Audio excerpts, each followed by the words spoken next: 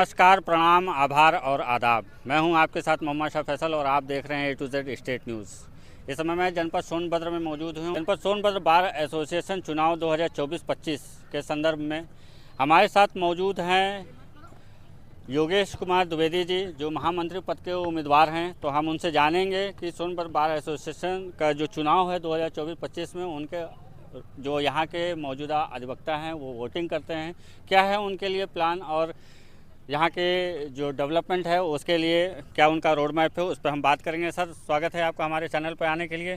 इस बार महामंत्री पद के लिए आपने उम्मीदवार बने हैं, तो क्या है आपका अधिवक्ताओं के लिए मैसेज बताएं।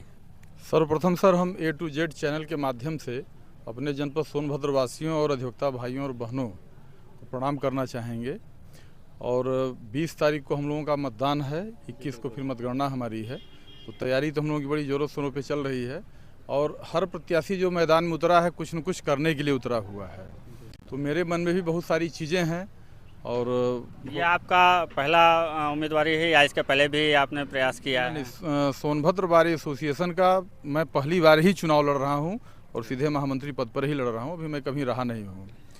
तो यहाँ जनपद न्यायालय और जो तहसील वगैरह है इसमें तमाम समस्याएं हैं जिससे वादकारियों को, अधिवक्ताओं को आए दिन रूबरू होना पड़ रहा है। जैसे सुनने में आता है कि यहाँ पे जो नए नए युवा महिलाएं आई हुई हैं उनके शौचालय के लिए और पुस्तकालय, ये सारी बहुत सारी दिक्कतें हैं। ये बिंदु तो हम लोगों के लिए प्राथमिकता के आधार पे हमने बहनों से वादा भी किया हुआ है कि जैसे ही हम लोग जीत करके आते हैं कार्यकारिणी में, सबसे पहले महिलाओं, जो हमारी महिला बहनें हैं, अधिवक्तागण हैं, उनके लिए एक कॉमन हॉल की व्यवस्था, ये सबसे नितांत आवश्यक है।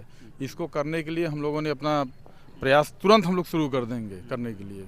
और इसके बाद फिर पुस्तकालय हो गया।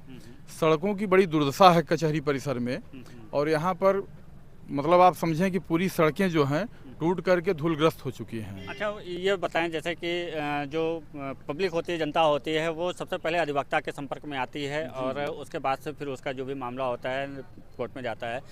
तो जो पब्लिक है उसका ज़्यादातर मामला भूमि से जुड़ा होता है, विवाद से जुड़ा होता है। इस पर भी कुछ आप लोगों का जो है कि प्लान वगैरह है? नहीं, इस पर भी प्लान है। देखिए, ऐसा है कि तहसील में जो भूमि से संबंधित विवाद को निपटारे के लिए प्रशासन की तो हालांकि काफ़ी व्यवस्थाएं चल रही हैं। धारा 24 और ये फाटबंदी वगैरह के मुकदमे जल्दी निस्तारित करने के लिए ऊपर से निर्देश है, लेकिन धरातल पे हो नहीं पा रहा है।